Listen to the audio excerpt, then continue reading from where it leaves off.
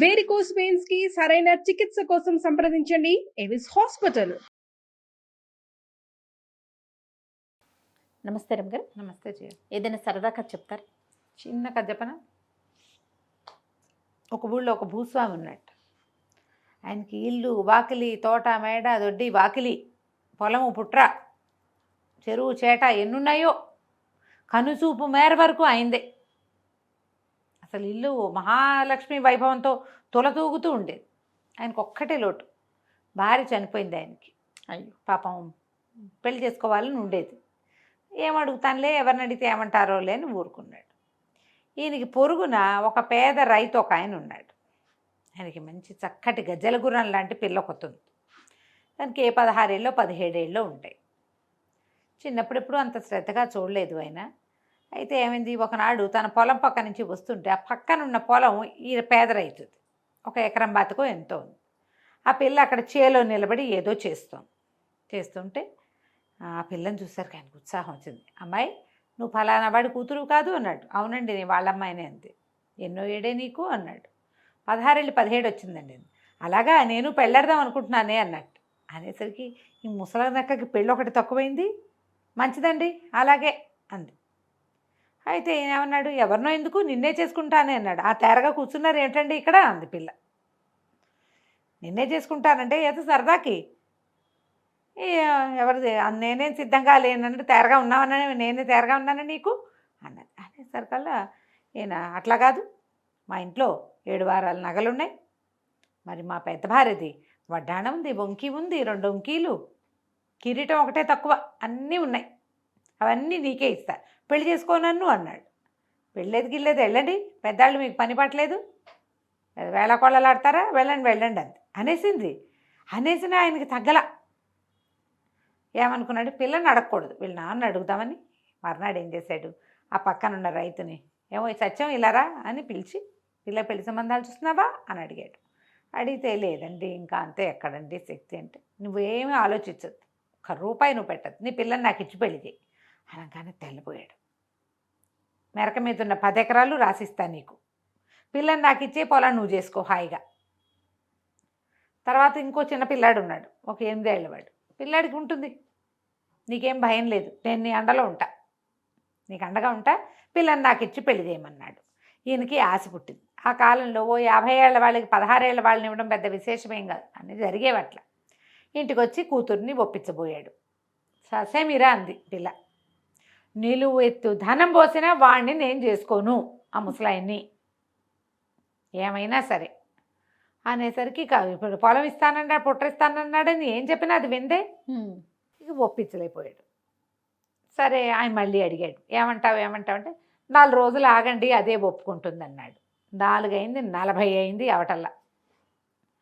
సరే ఒకనాడు గట్టిగా అడిగాడు, ఏంటో అలాగే గెంటేస్తున్నావు రోజులు, ఏదో ఒక మాట చెప్పాలి నువ్వు అంటే, సరేలేండి ఒక్కొక్కేం చేస్తుంది, పంపించేస్తాలేండి మీ ఇంటికి అన్నాడు.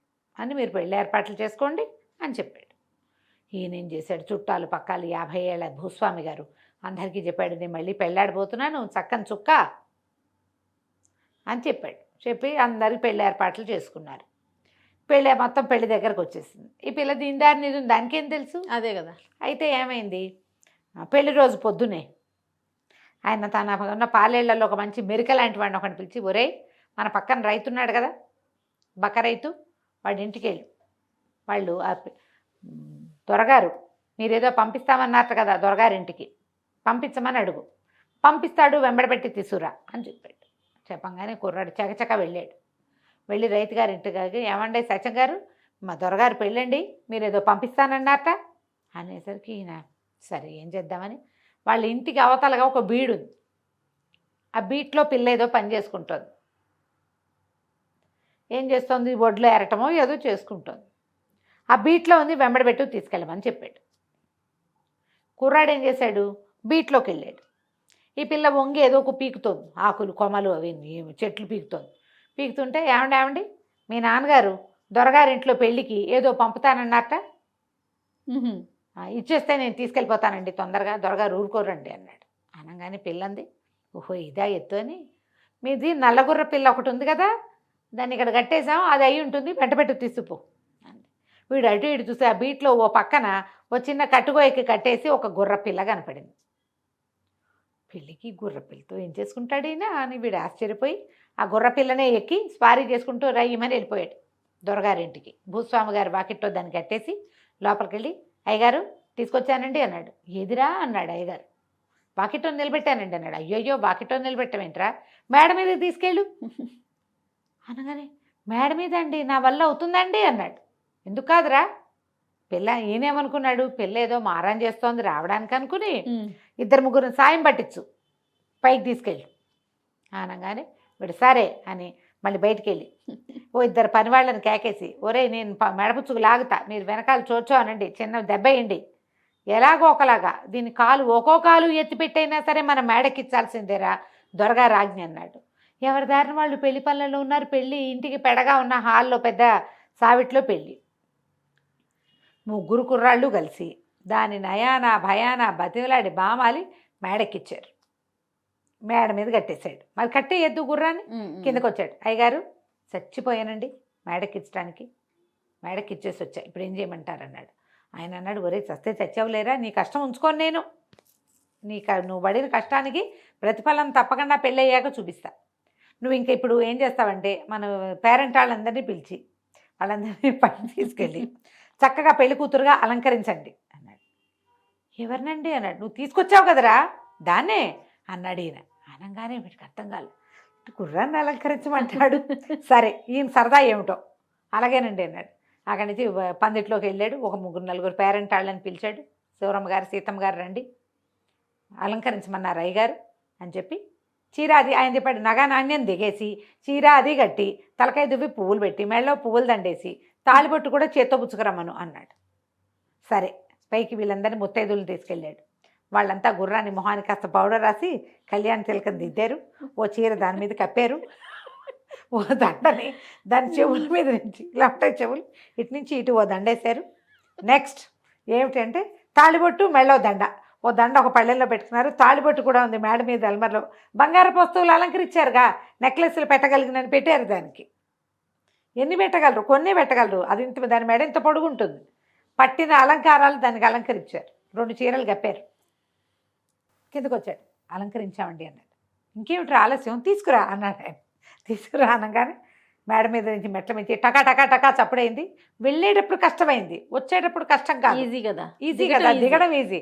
టకటకలాడుతూ దిగింది. పెళ్లి కూతురు పందిట్లోకి తీసుకొచ్చారు.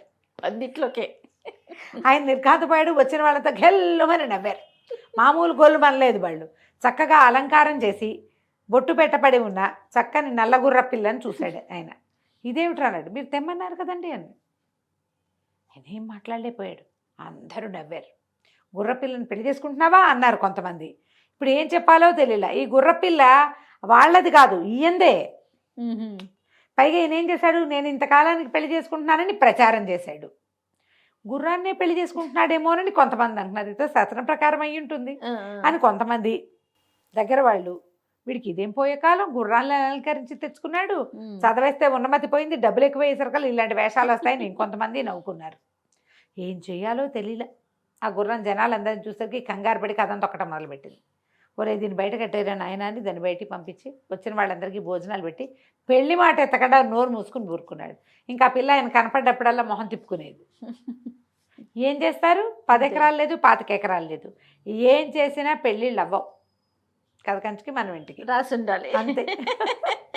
ఇప్పుడు ఈ గుర్ర పిల్లని అలంకరించటాలు ఇవన్నీ సరదాగా హేళనగా ఉన్నా కూడా, అవును, నిజ జీవితంలో కూడా ఇలా బలంత పెళ్లిళ్ళు చేసుకునే వాళ్ళు లేరు. ఇప్పటికంటే ఇది వరకు ఎక్కువ ఉండేవాళ్ళు జయ. అవునంట. ఇది వరకు బాగా బలవంతం చేసేవాళ్ళు పెళ్లిళ్ళకి. చచ్చినట్టంటే వేరే దారి లేక ఆడపిల్లలు తండ్రులు కూడా వాళ్ళకున్న అప్పులకో లేకపోతే కష్టాలకో తలొగ్గేవాళ్ళు. పాపం తలొగ్గేవాళ్ళు, ఆస్తిపాస్తులకి ఆశపడేవాళ్ళు, పిల్లలకి కన్నెచెర విడిపించట్లేదని చుట్టాలు పక్కాలు పొడి చేసేవాళ్ళు. అందుకని ఇట్లా బలవంతంగా 30 ఏళ్ళు 40 ఏళ్ళు గ్యాపులతోటి పెళ్ళిళ్ళు చేసేసేవాళ్ళు. పాత కాలపు కథ ఇది. అవును, ఇది వరకు జరిగేవి. ఇప్పుడు అమ్మాయిలు వాళ్ళంతటి వాళ్ళే పెద్ద ఏజ్ వాళ్ళని పెళ్లి చేసుకుంటున్న సెలబ్రిటీలని చూస్తున్నాం కదా మనం. కదా, ఇంత గ్యాప్ అంటాం. మామూలుగా మనం పెళ్లి సంబంధాలు చూడాలంటే ఏం చేస్తాం, 2 years 3 years మించి ఉండకూడదు. మనం సెలబ్రిటీస్లో 10 ఏళ్ల గ్యాప్ ఉన్న పెళ్లి కూతుళ్ళని చూస్తున్నాం. అవునండి, అవును. వాళ్ళు ఏం ఆలోచించేసుకున్నారు, వాళ్ళకి ఎందుకు లేదు జనరేషన్ గ్యాప్? అది జనరేషన్ గ్యాప్ వాళ్ళకు కూడా ఉండాలి కదా. వాళ్ళు బాగానే కనపడుతున్నారు. అవును, అవును. కదా? సంఖ్య అయితే ఎక్కువగానే ఉంది. నా సంఖ్య ఎక్కువగానే ఉంది. వాళ్ళని ఆదర్శంగా ఎవరు తీసుకోవటంలా. 5 ఇయర్స్ మ్యాక్సిమం, అంతకంటే అవును, గ్యాప్ ఉండకూడదు. అవును. జనరేషన్ గ్యాప్ వచ్చేస్తుంది అనుకుంటున్నారు. ఇది వరకు ఏమీ ఉండేది కాదు జయ.